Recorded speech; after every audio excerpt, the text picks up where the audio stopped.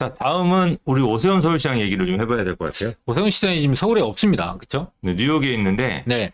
뉴욕에서 인터뷰를 할 때마다 국제업무지구 얘기를 되게 많이 해요. 그래서 어떻게 하겠다. 자, 이 기사를 보게 되면 18일 날 뉴욕 맨하탄 세계무역센터 단지를 둘러보고 용산 국제업무지구를 지속 가능한 세계에서 가장 상식적인 공간으로 만들겠다.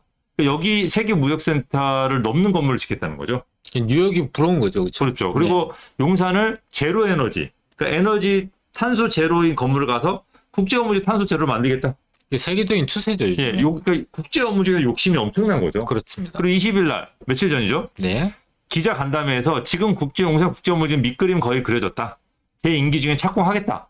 거의 뭐 정치 생명을 거는 듯한 그런 발언들을 많이 합니다. 과거에 오세훈 시장이 정치 생명을 한번 걸었다가 뛴 적이 있는데 이거는 굉장히 확신을 갖고 있나 봅니다. 네, 그래서 용산 국제업무지구가 이렇게 요즘 약간 이슈가 되고 있는데 네네. 이렇다 보니까 최근에 부동산 유명 카페에서 그림 하나가 되게 유명해졌어요. 저도 그 그림 봤는데요. 맞죠? 네. 그 그림에 대한 약간 진실성, 뭐 이런 거에 대한 얘기를 우리 고객들도 많이 물어보거든요. 근데 이 그림이 국제업무지구가 개발된다라고 했을 때 상상되는 그림과는 좀 굉장히 큰 차이가 있어요. 그래서 이게 쇼킹한 것 같아요. 그러니까 이 그림이 이슈가 됐던 이유는 이 높이 때문에 그러거든요. 높이 때문에. 네. 그 높이가 국제업무지구에 들어서는 건물이 30m부터 시작을 한다. 뭐 이런 얘기인데 이게 왜 이런 얘기가 나오냐면 땅이 굉장히 넓고 위치가 되게 좋잖아요. 그렇죠. 근데 한 가지 단점이 한강을 바라보는 조망권에 병풍 아파트 아시죠? 그렇죠. 이게 이제 물론 이제 이 아파트는 죄가 없어요. 그렇죠? 근데 국제업무지구 잘못이지. 네. 나중에 들어섰으니까. 예전에 통합개발 하려고 그러다가 이제 별도로 가니까 이제 문제가 된 거죠. 네, 이제 대림 아파트, 성원 아파트 등이 한강변을 다 막고 있어요. 네. 그러다 보니까 이렇게 좋은 자리 개발지에 한강 조망이 제대로 안 나오네. 20층 이상이 되어야만 볼 수 있는. 네, 그래서 이게 문제가 됐었는데 이게 아니다. 30m부터 고층을 짓게 되면 한강 조망이 생각보다 많이 안 가린다라고 하는 그림이 나오면서 그러면 이게 진짜냐? 이렇게 될 수 있나? 이렇게 좋아지나? 라고 하는 게 굉장히 이슈가 됐어요. 네. 그래서 이거를 갖다가 실제로 이렇게 높이 들어서서 이렇게 될지 건물이 들어설지 갈지는 이 국제업무지구를 현재 구상하는 그림안을 한번 우리가 살펴보고 실제로 어떻게 될지. 왜냐하면 네이버 카페에서 나온 거니까 저희가 이게 신빙성이 얼마나 되는지를 저희가 한번 따져보고 이 주변에 그렇게 됐을 때 이 주변에 건물들의 가치가 어떻게 되는지. 우리가 지금 용산 국제업무지구가 2025년 착공이 되니까 그 전에 이 주변에다 점을 찍으려고 하는 분들이 되게 많아요. 그럼 이 점을 어디다 찍는 게 가장 유리할지. 이렇게 진짜로 높이가 얼마가 들어서면서 어떻게 건물이 들어서고 그럴 경우에 이 주변 어디에 여러분들이 점을 찍는 게 가장 여러분 재테크를 위해 성공할 수 있는지에 대한 부분을 오늘 진짜 자세하게 좀 약간 시간이 길어지더라도 자세하게 한번 다뤄볼 필요는 있을 것 같아요. 네. 네, 그래서 한번 다뤄보겠습니다. 배가 고프네요. 자, 밥 먹었는데. 자, 이제 기사 내용을 저희가 한번 볼게요. 자, 서울에 남은 마지막 금사라기 땅, 용산 정비창 부지가 지하 지상 공중도시로 개발된다. 그래서 서울의 대개조 구상의 첫 번째 프로젝트로 삼고 공을 들이고 있다. 오세훈 서울시장이. 그리고 용산 도로 아래를 지나는 하천을 복원하고 이 부분을 좀 기억하세요. 용산 도로 아래 하천을 복원한다는 게 용산 국제업무지구의 엄청난 변화거든요. 그 다음에 지하도시, 지상도시, 공중도시에 이어지는 미래형 입체 복합도시를 건설할 예정이다라고 하는 겁니다. 자, 이걸 누가 하느냐?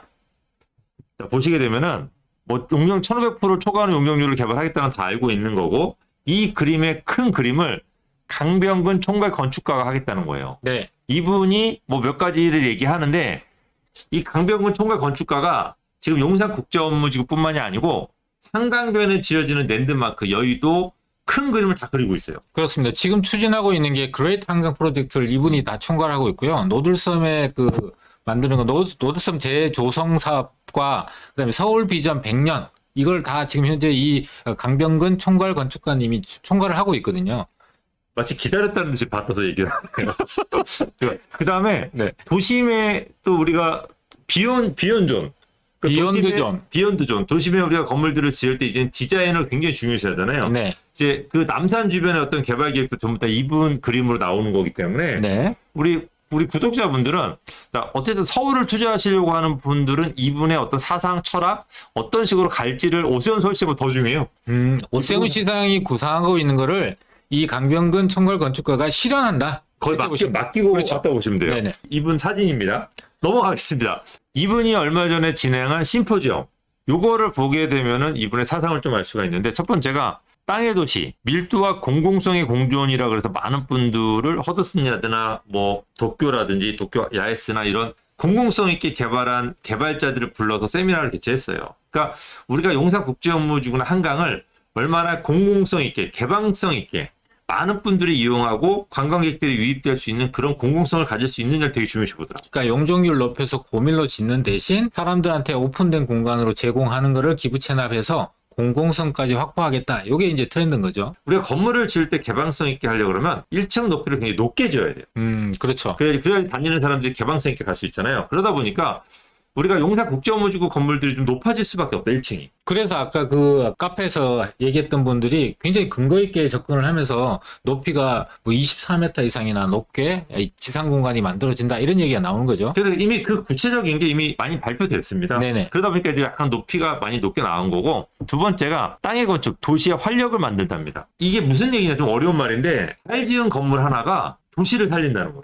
그러니까 많은 사람들이 들어오게 되면 와서 소비하고 그 소비가 그 지역의 활성화가 되고 도시의 활성화가 되고 국가의 활성화가 되는 거죠. 네, 그래서 이제 랜드마크 우리가 이게 한 도시 랜드마크 건물을 보기 위해서 관광객이 몰려오니까 그렇죠. 랜드마크성 있는 건물들을 서울 요소에서 많이 만들다. 우리가 세비야에 가보면은 메트로폴 파라솔이라는 게 있어요. 그러니까 요게 굉장히 랜드마크가 돼가지고 이거를 보러 관광객들이 놀러 와요. 이게 목조 건물로 만들어졌는데 이 위에 공간도 사람들이 걸어갈 수 있는 공간이고 인증사진 찍어서 올리는 대표적인 건축물이라고 볼 수 이게 있죠. 별거 아닌 건물인데 어떻게 네네. 본다면 네네. 물론 돈은 별거죠. 와플 같네요. 예, 예. 그래서 이 조명 또 야경이 또 끝내줍니다. 아, 네. 그리고 이제 요게 이제 어딘지 아시죠? 프랑스의 라데팡스에 있는데 이게 개선문이 원래 있잖아요. 돌로 만들어진 게 이건 신개선문이라 그래서 더 크게. 그렇죠. 200주년을 기념을 해서 새롭게 만든 건데 이게 또다시 이제 많은 사람들의 이제 관광지 꼭 들러야 되는 지역으로 유명해지는 상황이 된 거죠. 그러니까 이게 오피스 빌딩인데 네. 이렇게 개선문 상징성 있는 건물로 지어 놓으니까 이거를 보러 사진을 찍으러 관광객이 다 몰려오는 거예요. 그렇죠. 내 빌딩을 보러. 그러니까 이게 용산국제업무지 한강변 여의도라든지 뭐 성수동도 마찬가지고 잠실도 마찬가지고 이런 식으로 개발을 하겠다는 거죠. 잠실 종합운동장. 네네네. 가능하잖아요. 그렇죠. 그다음에 국제업무지구 이렇게 짓는 땅으로 하면 되잖아요. 사유지가 아니고 네. 공유. 그 자리에다가 공유지에다가? 뭐 철도부지, 네네. 철도부 여기 밑에 기차 다니는 데 좋네요. 네, 이런 식으로 이제 네네. 하는 거죠. 그다음에 이건 뭐 어딘지 아시죠? 맨하탄에 있는 이제 허드슨 야드의 상징적인 건축물인 베슬이죠. 네, 베슬. 그래서 이 베슬은 지금 너무나 상징적인 건물인데 자 여기 위에다가 이게 밑에가 철도 차량 기지예요. 네네. 그러니까 철도 차량 기지가 철도가 밑으로 지나가고 여기다 뚜껑을 덮은 거예요. 1.8m의 뚜껑을 덮어서 위에다 건물을 지은 거죠. 네네. 근데 용산 국제업무지구도 이런 식으로 이제 개발을 하겠다는 거죠. 그렇죠. 대신 이 철도 차량 기지 대신 도로가 다니게끔. 네네. 그러다 근데 이 도로 높이가 굉장히 높아요. 이거보다 우리는 한 14m 정도 높이니까 요 정도까지 높이겠다는 거죠. 굉장히 차이가 이 크네요. 개방성, 이분이 네. 중요시한 게 개방성이잖아요. 이 개방성이 엄청나게 좋아지는 거죠. 근데 마지막으로 이게 뉴욕의 오클러스 건물입니다. 그렇죠. 9.11 테러를 추념하기 위해서 지은 건물이고 이게 지하 공간이잖아요. 네네. 지하 공간에 이렇게 채광을 많게끔 하니까 이렇게 상징적인 건물이 된 거예요. 그렇죠. 이 지하 공간임에도 불구하고 자연 채광이 굉장히 잘 되고 있네요. 그래서 마찬가지로 용산국제업무지구 지하 공간을 만들거든요. 네. 그 지하 공간에다가 이렇게 채광이 되는 걸 만들려고 하다 보니까 층가 점점 높아질 수밖에 없어요. 그렇군요. 그래서 이게 굉장히 좀 높을 수가 있어서 야 이게 한강 조망하고 굉장히 큰 밀접된 관계 주변 지역하고의 굉장히 밀접한 관계가 있기 때문에 이런 식으로 국제업무지구에 도입을 할 거라는 걸 여러분 좀 알고 계셔야 될 거예요. 오세훈 시장이 뉴욕 다니면서 좋은 거는 다 국제업무에다가 다 때려 넣겠다 이런 생각을 갖고 있는 것 같아요. 그러니까 지금 뭐 싱가포르, 네. 뉴욕, 파리. 프랑스 네. 뭐 이게 다 모일 것 같아요. 네네. 용산 국제업무지구 우리가 그 혹시 베어즈 베스트 알아요? 저기 인천에 있는 골프장이 전 세계 유명한 코스들을 다 모아놨어요. 그래요? 그러다 보니까 서울 인구에서 가장 비싸. 그린피가. 네네. 그러니까 이것도 아마 국제업무지구 그런 식으로 하지 않을까. 그럼 세계적으로 유명한 건물들보다도 훨씬 더 좋은 유명한 지역이 되겠네요. 네. 그래서 이제 이런 부분들이 이분의 약간 구상입니다. 구상이고 이제 마지막으로 이제 마리나베이입니다. 유명하죠? 네, 마리나베이 같은 경우도 이 건물 이거 우리나라가 지었잖아요. 그러니까 싱가포르 두산에서. 쌍용에서. 쌍용에서. 이 싱가포르 하면은 마리나베이라는 건 전 세계인들이 다 알고 있잖아요. 네. 근데 이걸 우리나라의 쌍용그룹에서 쌍용건설이 지었고 두바이에서 제일 높은 부르스 칼리파라는 것도 삼성에서 지었잖아요. 근데 막상 우리나라에는 없어요. 그러니까요. 그러니까 이게 되게 서러운 거야. 아. 그러니까 이거를 갖다가 이번에 하겠다고 오세훈 서울시장이 이번에 국제업무지구에다 또 한강변에다 이걸 하겠다고 지금 구상을 해서 지금 진행을 하고 있습니다. 그리고 이 강병근 건축가가 이 한강을 또 되게 중시하더라고요. 그러니까 우리가 보통 보면 우리는 한강 주변을 어떻게 개발할까만 생각했잖아요. 한강으로 물이 모여드는 지천이 또 있잖아요. 그렇습니다. 그 지천을 되게 중요시하는 발언을 인터뷰를 되게 많이 했더라고요. 그게 이제 세느강이나 뭐 베이징, 파리 이런 데 도시들의 큰 강들이 있어서 유명한 강들이 있거든요. 근데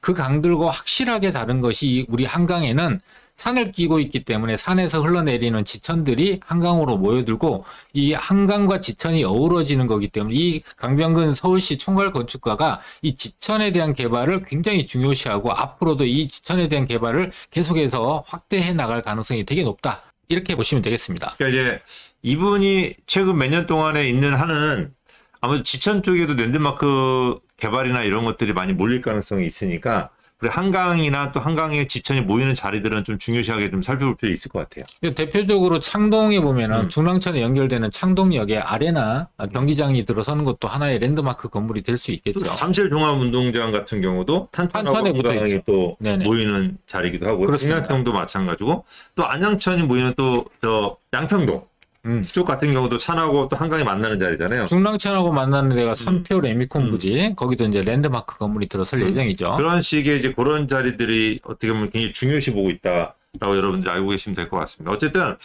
그래서 이분이 지금 국제업무지구를 그림을 다시 한번 보면은 처음에는 국제업무지구가 이제 지상 있죠. 간선도로하고 이제 지하하고 이렇게 이제 같은 평행으로 가고 밑으로 이제 지하 도로에다가 주차장이라든지 지하 도로를 만들려고 했어요. 네. 지하 쪽에다가. 그러니까 지하를 따로 파서하려고 했단 말이에요. 근데 이 계획이 이제 변경됐잖아요. 이렇게 되면 공공성이나 지하의 채굴이나 이런 터널 정도밖에 역할을 못 하는데 이거를 완전 구상을 바꿔가지고 지하를 땅을 파서 묻는 게 아니고 지하 공간을 일반 보행 통로 자리로 똑같이 만들겠다는 거예요. 지금 현재 땅으로. 그리고 지상 공간을 녹지로 덮어서 현재 용산 역사 개찰구 높이를 만들겠대요. 이 14m 위로 또 이 피로티 구조로 하는 거예요. 그러면서 공중도시는 실제로 14m 플러스 이걸 한 7m 정도 보더라고요.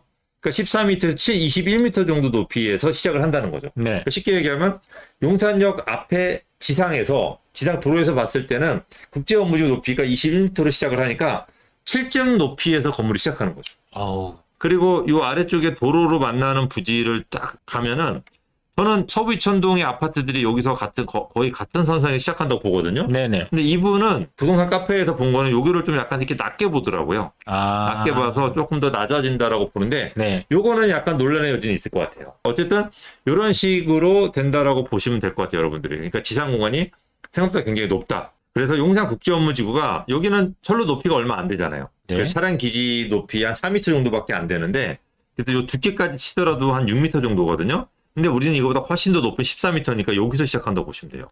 생각보다 되게 높. 그러면은 네. 이렇게 건물들이 높게 만들어지게 되면 주변에 있는 건물들보다 굉장히 높게 만들어질 거 아니에요? 네. 그럼 주변이 상대적으로 낮아진다라는 그런 단점이나 불리한 점이 생길 수도 있겠네요. 네, 맞습니다. 그래서 여기에 이렇게 들어서는 이유가 뭐냐면 이 철도 차량 기지 있잖아요. 현재 네. 지금 철로가 다니지 않습니까? 네네. 그래서 용산역에서 서울역까지 위에 철로는 지하로 묶기로 이게 계획이 잡혀 있습니다. 그러니까 네. 지하로 묶기 때문에 상관이 없죠. 그렇죠. 근데 용산역에서 한강까지 이어지는 철로는 지하로 묶지 않거든요. 그럼 거기다 이제 데크를 덮어요. 그 데크의 높이가 14m라는 거죠, 이렇게. 그래서 요 공간이 전부 다 14m의 지상 공간이 만들어진다면 주변하고의 조화도 되게 중요시 봐야 될 것 같아요. 특히 요 옆에 뭐 예를 들어서 우린피리 아파트 같은 경우는 바로 옆에 있잖아요. 그렇죠. 그러니까 요 바로 옆에 벽이 생기는 거죠. 네네. 그러니까 이런 부분들이 과연 어떤 주변에 영향을 미칠지를 면밀하게 살펴보고 투자하는 전략이 필요한 거죠. 자, 그래서 이렇게 만약에 데크를 덮어서 위를 공원화하고 지상화하는 예들이 있나요? 해외 네. 사례가? 아, 그럼요. 해외에서 기다렸다는 듯이 대답하셨어요. 그냥 심취가 하셨나 봐요. 해외 사례는 이제 철도가 지하되는 경우도 있고 도로가 지하되는 경우도 있거든요. 예를 들면은 보스턴의 빅딕 프로젝트라 그래서 고가도 이거는 지상 도로가 아니라 아예 고가 도로를 철거해 버리고 그거를 지하로 넣어 버리면서 지상 공간을 만든 건데요. 여기도 상당히 높네요, 고가. 그렇죠. 엄청 밑에 네. 도로가 있고 위에 이제 고가 도로가 있었는데 이걸 다 철거해 버리고 도로를 밑으로 넣어 버린 거예요. 그래서 이 공원 밑쪽으로 지하 터널에 차들이 다니는 그런 공간이 만들어져서 주변에 건물 가치가 엄청나게 그렇죠. 올라갔어요. 이게 완성된 모습이거든요. 야. 이게 완성된 모습이 보스턴 시청도 있거든요. 그래서 이 주변에 이제 많은 사람들이 여가를 즐기면서 이 주변의 가치, 건물의 가치가 2배 이상 올랐다라는 평가를 받고 있습니다. 2배 이상 오를만 합니다. 그렇죠. 앞에 한번 보여줘 보세요, 그림을. 야, 이게 지금 그렇게 바뀐 거잖아요, 밑에. 이게 지금 우리가 따지고 보면은 강변북로 또 올림픽대로 이것들이 지하화되면서 그 위에 공간이 녹지가 된다라고 보시면 되겠죠. 그 그림이 이렇게 바뀐 거죠. 그리고 두 번째 같은 경우는 스페인의 마드리드인데요. M30 프로젝트라 그래서 왼쪽이 변하기 전, 그러니까 강을 따라서 도로들이 쫙 깔려 있는데 오른쪽을 보시면은 강을 따라서 전부 다 숲으로 변했죠. 자연에 돌려줬네요. 그렇죠. 그래서 강을. 이 도로, 간선 도로들이 전부 다 지하로 들어가면서 지상 공간은 이렇게 화려한 알록달록한 공간으로 바뀌었다. 요 주변에 있는 건물들의 가치는 엄청나게 올라갔겠네요. 말도 그렇죠. 못하게. 말도 못하게.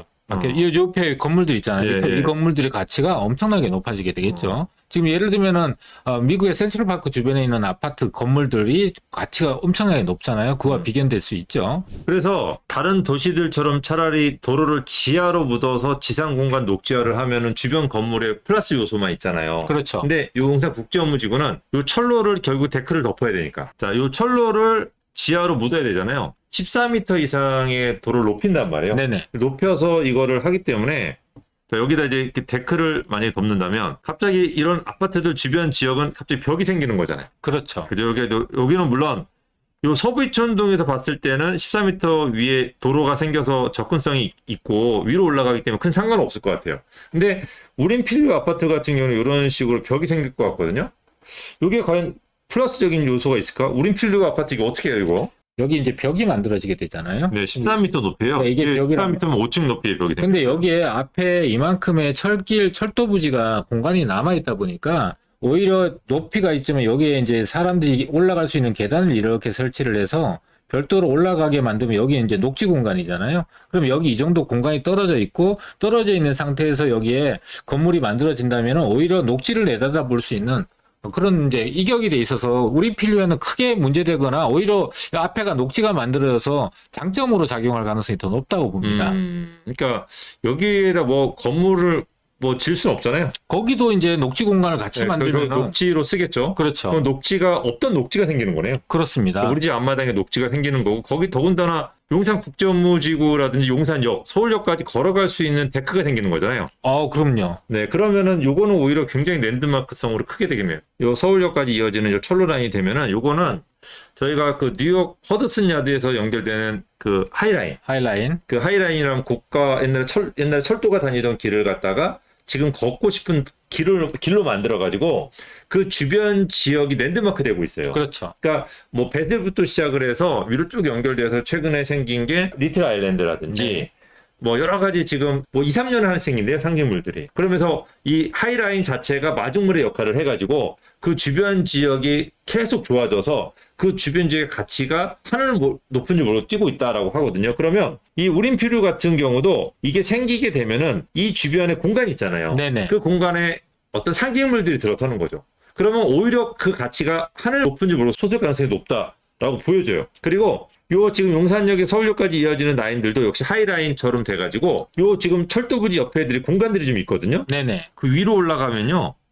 요 지금 용산역 위쪽에 네. 삼각지까지 이어지는 요 라인은 여기에 만초천이 복원이 됩니다. 그렇죠. 그러니까 우리가 강변군 건축가 취향대로 만초천은 무조건 복원되거든요. 그리고 오픈되고. 예, 오픈되고 만초천이 복원된 상황에서 전자상가 개발이 또 이루어져요. 그렇죠. 그러니까 전자상가 쪽도 또 엄청나게 또 만초천 개방에 의해서 또 엄청나게 공공성이 강조가 되면서 이게 국제업무지까지 바로 이어질 가능성이 높아요. 여기가 그렇게 되면 저는 여기에다 데크를 덮는 것도 되게 좋은 방법 같아요, 오히려. 물론 지하하는 것도 좋지만은 네. 지하가 어렵고 시간이 오래 걸린다면 데크를 덮어버리면은 만초천 복원하고 연결을 해서 이 주변에 어떤 부지들이 있거든요. 네네. 그럼 이 부지들에 또 상징성 있는 것들을 계속 짓게 된다면 우리도 뉴욕의 허드슨 야드 부럽지 않은 그렇죠. 네, 그런 이 마중물 역할을 이 라인이 이 경부선 라인이 해줄 수 있을 것 같아요. 그리고 지금 요 철도 부지 있죠, 경부선. 요 철도 부지 사이사이도 공간들이 있어요. 이 부지 요 공간들이. 네네. 좀 약간 낡은 건물, 철도 부지 낡은 건물들이 있거든요. 네네. 무허가 건물 같은 거. 그렇죠. 그러면 이 허드슨 야드 하이라인 같은 경우도 그 위쪽에 철로가 들어서고 그게 되게 높아요. 그러니까 14m 정도 높이가 되게 좋은 거거든요. 왜냐하면 굉장히 지대가 높기 때문에 그 아래쪽에 카페라든지 상가 같은 건물들이 많이 들어서 있어요. 그럼 여기도 마찬가지로 이 철도하고 이 위쪽 하이라인 사이의 건물들을 잘 활용하게 되면은 우리도 그런 공간들도 확보할 수 있습니다. 그러니까 하이라인이 이제 세계적으로 유명하고 많은 사람들이 찾고 싶어하는 공간이 된 이유는 보통 우리가 지상 공간에 녹지가 있으면 주변에 차가 다니잖아요. 그러니까 차가 쌩쌩 다니는 것이 있는 상태에서의 이 속도감이 다르기 때문에 굉장히 불안감이 있는데 그 하이라인 위에서는 차가 보이지 않으니까 굉장히 안정적으로 사람들이 편안한 느낌으로 산책을 할 수 있고 건물 4, 5층 높이로 바로 진입로가 만들어지다 보니까 그런 부분들이 굉장히 큰 장점이라고 하더라고요. 그래서 제가 판단할 때는 이게 지금 우리 요 철로 라인 있잖아요. 네. 철로를 지하로 묻으면은 그 위쪽에 공원을 하고 네. 그 데크는 하나 만들어야 된다고 생각해요. 그러니까 지금 아까 보셨던 그 용산 국제업무지구의 철로 그 녹지에서 연결되는 용산역을 지난 요 철로 라인이 밑에는 녹지로 있고 요 철로 라인이 위쪽에서 계속 연결된다면 굉장히 산만합니다. 그죠? 제가 이거 컴퓨터를 잘 못 다뤄서. 그래서 여기서 이제 고가, 여기 13m의 고가가 생기잖아요. 네. 이 고가가 여기가 지하로 묻히더라도 계속 연결이 된다라고 한다면 위쪽에 녹지 공간이 남아 있잖아요. 그 녹지에다가 이 상징적인 건물들을 굉장히 많이 지을 수가 있는 거예요. 그럼 이 주변은 얼마나 더 좋아질까요? 그죠? 이게 대표적으로 지금 녹지가 된 데가 이미 이 경의중앙선 라인에서 이 부분이 연트럴파크로 이제 녹지가 되어 있잖아요. 네. 그러니까 그 주변 지역이 어떻게 변했는지를 우리 시청자분들이 충분히 알 수 있거든요.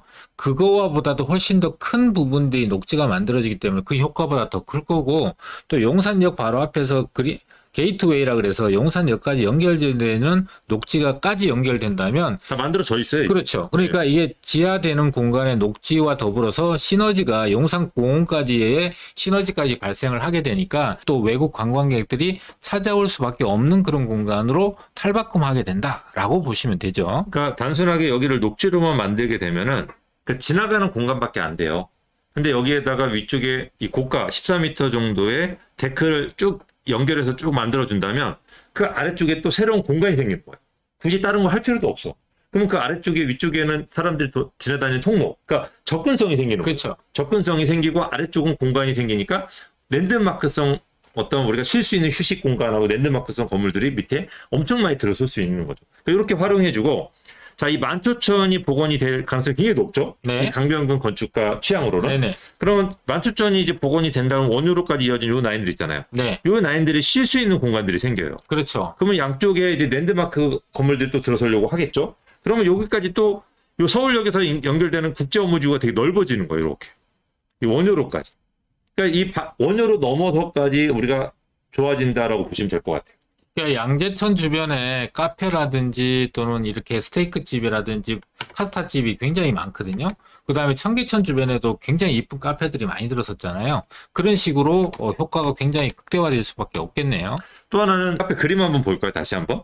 이 그림을 보게 되면은 자 우리가 이제 지상 철도에서 지상 공간까지 14m 안팎이라고 하는 걸 확인했어요. 그렇죠. 그죠? 용산 개찰구 개찰구 높이로 확인했고, 그 다음에 공중 도시까지 높이도 한 7m 정도는 보통 하니까 21m 정도의 높이는 확보했단 말이에요. 네. 근데 여기서 우리가 서부 이천동의 아파트하고 10m 안팎의 차이가 난다라고 했어요. 그거는 지대가 높다라고 한 거거든요. 네. 이 지상 철로까지. 네. 이 부분은 약간 논란의 여지가 있는데, 이 부분은 저희가 맵으로 다시 한번 확인을 해 볼 필요는 있을 것 같아요. 네. 자, 그러면은 그 용산역 그 개찰구 높이하고 서부 이천동 토지의 높이를 확인하면 될 것 같아요. 아, 개찰구. 왜냐하면 높이요? 용산 국제업무지구 자리는 지금 우리가 공사를 시작하려고 네네. 땅을 파놨단 말이에요. 네네. 지금 정화 작업을 하고 있으니까. 그렇죠, 그렇죠. 땅이 없어요. 그러니까 낮아요, 당연히. 네. 근데 용산역의 도로 높이하고 서부 이천동의 도로 높이를 이 지혜를 확인하면 될 것 같거든요. 그러면 이 뒤에 있는 주차장, 이게 용산역이잖아요. 네. 이게 뒤편이거든요. 네. 이게 국제업무지구고. 아니, 전면지구를 확인해야 돼요. 아, 전면을 봐야 되나요? 네, 전면지구를 확인하면은 높이를 확인할 수 있습니다. 요게 지금 개찰구로 올라가는 계단입니다. 그래서 여기 높이를 보면은 해발 지금 여기가 바닥에서부터 찍어보면은 해발 12m 정도 나오거든요. 계단 위를 찍게 되면은 19.9m. 우리가 14m를 예상했는데 실제 보다 조금 더 높을 수 있네요. 그렇죠. 요거는 개찰구. 약간의 이제 오차가 있을 수 있으니까 15에서 20m 사이 정도 높이가 나온다라고 보시면 되겠죠. 그러면 이제 서부 이천동의 높이를 한번 확인해 볼게요. 지금 서부 이천동에 아파트 앞에 있는 도로를 찍으면 되겠네요. 그렇죠? 네. 주차장을 찍으면 될 것 같아요. 주차장 찍으면 되겠네요. 주차장이 16m입니다. 16m면은 오히려 개찰구 네. 바닥보다 개찰구 바닥이 10이었잖아요. 네. 그럼 얘가 한 4m 정도 또 높은 거네요. 그러면 옆에 뒤쪽 도로도 한번 확인해 주시죠. 여기에 있는 그 국제업무지구 바로 앞에 네. 있는 서부 이천동의 도로 16.8. 그러니까 거의 비슷하네요. 그러니까 약 16m 정도, 이게 약간 고가가 있거든요. 그러면 지나가는 여기 지금 16.6. 네. 그러니까 16m 정도가 높이네요. 그렇죠. 그러니까 서부 이천동이 낮지는 않네요. 그렇죠. 그 높이가. 그림처럼 낮진 않아요. 네. 자, 그러면은 일단은 저희가 확인한 본 바로는 서부 이천동하고 거의 비슷하다라고 보시는 게 맞을 것 같아요. 12에서 예, 16이니까. 왜냐면 나중에 도로를 두껍게 깔아야 되니까 그렇죠. 조금 지금 현재 정화한 작업에서 밑에를 깔아야 되니까 비슷한 높이로 나올 것 같고, 그리고 여기가 14m에서 한 20m 정도 나올 것 같아요. 그렇죠. 그래서 10m를 합치면은 한 23m 정도의 높이가 평균적으로 나올 것 같아요. 우리가 원래 예상은 10층까지 예상을 했지만 10층까지는 아니고 한 8층 높이에서 시작한다라고 보시는 게 맞을 것 같아요. 그러니까 굉장히 높아요. 네네. 근데 이제 8층이냐 10층이냐 이 부분이 아래층에 1, 2층에 거주하시는 분들이나 그런 분들은 의미가 있지만 네네. 위로 올라가는 분은 큰 의미는 없잖아요. 한 4, 5층 이상 되시는 분은 전혀 의미가 없죠. 그리고 요 지상공원에서도 아파트 사이사이, 그러니까 우리가 대림 아파트나 성원 아파트 쪽에서는 안 보이겠지만 실제로 이 증산 시범 쪽은 앞으로 튀는 게 맞는 것 같아요. 그러니까 증산 시범 쪽은 안 가리고, 네. 그다음에 요쪽에 성원이나 대림. 한강대교 쪽 같은 경우도 역시 시원하게 트일 것 같아요. 그렇죠. 그러니까 이게 생각보다 높아서 양쪽의 공간들의 어떤 개방성은 상당히 확보가 된다라고 여러분들이 확인하시면 될 것 같습니다. 그러니까 요 그림이 맞기도 하고 틀리기도 하다. 일부는 예. 약간의 약간의 수정이 오차는. 필요하다. 근데 네. 굉장히 유명한 인플루언서이기 때문에 그냥 아무 생각 없이 만들지는 않았을 거고, 또 저희가 찾지 못한 분명히 어떤 포인트도 있을 거예요. 그래서 어쨌든 저희가 여기서 좀 중요하게 확인해 볼 사항은 뭐냐면, 이 강병근 건축가가 추구하는 봐도 되게 중요한 것 같아요. 이 용산 국제업무 주변에 어떤 개발에 미래가 걸려 있으니까. 그렇죠. 그래서 이 만초천 복원도 거의 확실시되고 있고, 그다음에 개방성을 중요하기 때문에 이 지상 공간이 높아지면 높아졌지 낮아질 가능성은 없다.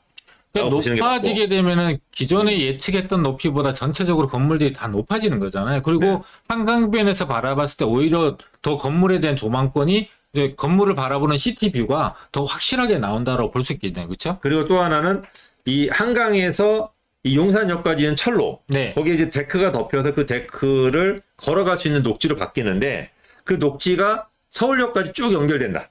근데 그 연결되는 게 지금 뉴욕을 가서 하이라인을 계속 견학을 하고 그쪽을 벤처마킹을 하고 있기 때문에 그게 그 위에도 데크가 연결돼서 쭉 깔릴 수가 있다는 거죠. 그리고 아래쪽 같은 경우는 또 다른 공간을 확보를 하고 그게 만추천으로 연결되면서 원효로 쪽으로 연결되니까 이 원효로 쪽의 미래 가치도 엄청나게 올라가고 있고, 용산역 앞에 공원이나 이런 것들이 결국은 저희가 뉴욕에 못지않다.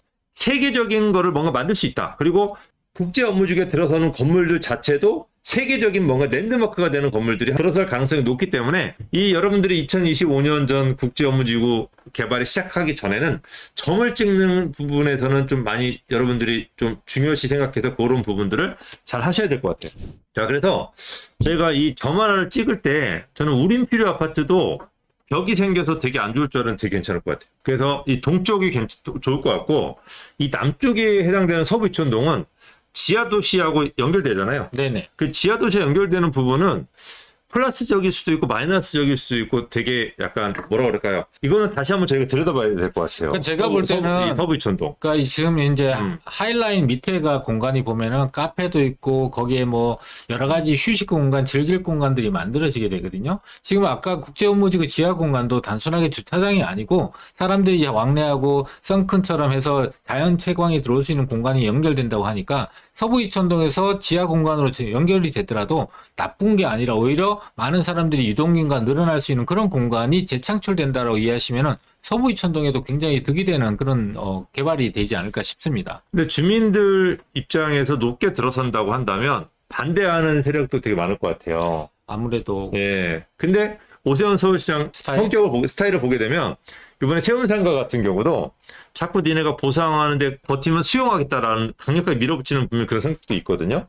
그러니까 뭐 그게 큰 장애에 걸림돌이 될 것 같지는 않은데 어쨌든 약간 높게 들어선다는 것 자체는 서부 이천동의 어떤 주민들의 반발이 조금 약간 예상이 되고 특히 이 서쪽에 해당되는 원효로 같은 경우는 이 국제업무지구 지상도시 연결 부분하고 큰 상관은 없을 것 같아요. 오히려 더 플러스적인 요소가 있고 특히 만초천이 복원된다면 이 만초천 잠깐 그림 볼까요? 전자상가와 만초천까지 만들어지게 된다면 주상복합으로서의 아파트 가치가 이 국제 업무지구와 더불어서 시너지가 발생을 하고 이게 단순하게 빌딩만 들어서는 것이 아니라 자연 환경인 한강 그리고 지천, 만초천 이렇게 연결되는 이 로드가 완성이 됐을 때 그 가치는 없을 때 만초천이 만들어지지 않을 때보다는 훨씬 더 배가 될 수 있다라고 봅니다. 그러니까 용산의 초고가 단지가 한남동에서 동쪽에서 예, 한남동에서 지금 유엔사 부지로 넘어오고 있고 그게 현재 여기까지 넘어왔어요. 그렇죠. 용산역 앞에까지. 근데 요게 이제 슬슬 이제 다시 국제업무지구 주변으로 인해서 한강로 상가라든지 원효로 쪽으로 이제 넘어올 가능성이 좀 높아요. 그러니까 지금 이쪽은 완전히 초고가 라인이 되는 거죠. 그렇죠. 그래서 이 부분에 여러분들이 좀 관심을 갖는다면 아마 10년 후에 엄청난 여러분 상상하지 못하는 일들이 이 주변에 또 벌어질 가능성이 높다라고 하는 게 어느 정도 그림이 그려집니다. 네. 그래서 여기서 다루지 못한 내용은 저희가 다시 또 이제 세미나를 통해서 여러분들 조금 더 자세하게, 그러니까 좀 부분 블록으로 좀 설명할 필요도 분명히 있잖아요. 그래서 이런 부분들은 저희가 세미나를 통해서 여러분들 다시 한번 알려드리도록 하겠습니다. 네. 이제 세미나 언제 하죠? 금요일과 토요일에 합니다. 네, 금요일날 토요일날 여러분들 세미나 오시면은 이런 좀 더 구체적이고 자세한 내용과 투자하신 주변의 물건들도 여러분들이 구체적으로 알아갈 수가 있습니다. 그래서 세미나 좀 참석해 주시고, 자, 수요일날 라이브도 역시 본방사수 꼭 해주십시오. 저희가 더 좋은 내용 가지고 찾아뵙기로 지금 예정돼 있습니다. 네네. 자, 저희는 여기서 이제 물러가고 여러분들 연휴 마저 잘 쉬시고 수요일날 또 이제 토요일날 금토요일날 또 찾아뵙도록 하겠습니다. 자, 저희는 여기서 물러가겠습니다. 감사합니다.